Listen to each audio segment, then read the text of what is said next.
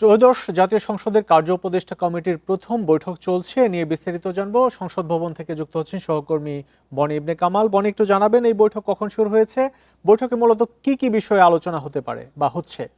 শরীফ, 12 তারিখ 12 মার্চ প্রথম যে অধিবেশন হয় সেই অধিবেশনে কিন্তু এই কার্য উপদেষ্টা যে কমিটি সেই কমিটি গঠন করা হয়। আপনাকে একটু জানিয়ে রাখতে চাই, এই কার্য উপদেষ্টা কমিটি 15 সদস্যের হয়ে থাকে এবং নিয়ম অনুযায়ী বা প্রথা অনুযায়ী কিন্তু এই কমিটির যিনি প্রধান বা সভাপতি তিনি স্পিকার হয়ে থাকেন, অর্থাৎ হাফিজউদ্দিন আহমদ এই কমিটির প্রধান। এই কমিটিতে রয়েছেন প্রধানমন্ত্রী তারেক রহমান, বিরোধী দলীয় নেতা ডাক্তার শফিকুর রহমান, মির্জা ফখরুল ইসলাম আলমগীর, মির্জা আব্বাস, আমির খুরশু মাহমুদ চৌধুরী, সালাউদ্দিন আহমেদ স্বরাষ্ট্রমন্ত্রী, বিরোধী দলের রয়েছেন এটিএম আজহারুল ইসলাম, নাহিদ ইসলাম সহ 15 জন কিন্তু এই কমিটিতে রয়েছেন। এবং আজকে এই কমিটির বৈঠক অনুষ্ঠিত হচ্ছে বেলা 12:30টার কিছু পরে কিন্তু এখানে এই বৈঠকটি শুরু হয়েছে।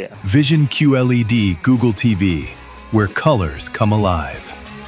আমরা যদি এটা জানিয়ে রাখি আপনাকে, আমরা দেখছিলাম যে বেলা 12টার পর থেকে কিন্তু আসলে এই যে 15 জন যারা সদস্য রয়েছেন বা 15 জনের মধ্যে যারা রয়েছেন তারা কিন্তু সংসদ ভবনের যে ক্যাবিনেটে মিটিং এর জন্য তারা আসতে থাকেন এবং পর্যায়ক্রমে প্রায় সবাই কিন্তু এসেছেন। আপনি জানেন মির্জা আব্বাস যেহেতু অসুস্থ সে কারণে তিনি আসতে পারেননি বা তিনি অনুপস্থিত, বাকি কিন্তু প্রায় বেশি সবাই এসেছেন বলে আমরা দেখতে পেয়েছি।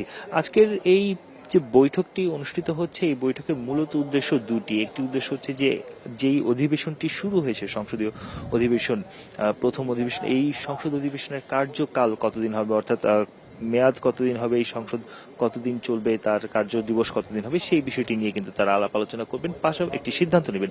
পাশাপাশি ঈদের আগে কবে সংসদের শেষ অধিবেশন অনুষ্ঠিত হবে, মুলতবি হবে এবং ঈদের পরে আবার কবে শুরু হবে সেই বিষয়টি নিয়েও কিন্তু আলাপ আলোচনা করা হবে। এছাড়াও রাষ্ট্রপতি যেহেতু ভাষণ দিয়েছেন, রাষ্ট্রপতির ভাষণের উপর আলোচনা হয় রীতি অনুযায়ী। সেই আলোচনা আসলে কতজন আলোচনা করবেন, কত সময় ধরে আলোচনা হবে, সেই বিষয়গুলো নিয়েও কিন্তু এখানে আলাপ আলোচনা হওয়ার কথা রয়েছে। পাশাপাশি আপনি জানেন যে 11 দলীয় জোটের পক্ষ থেকে বলা হয়েছে যে সংস্কার কমিশন যদি গঠন করা না হয়, পরিষদ গঠন না করা হয়, তাহলে তারা আন্দোলনে যাবেন। সেই বিষয় নিয়েও আলোচনা হতে পারে বলে আমরা এখন পর্যন্ত ধারণা করতে পারছি। শরীফ, সংসদের কার্য উপদেষ্টার প্রথম বৈঠক চলছে, সেখান থেকে জানাচ্ছিলেন সহকর্মী বনি ইবনে কামাল।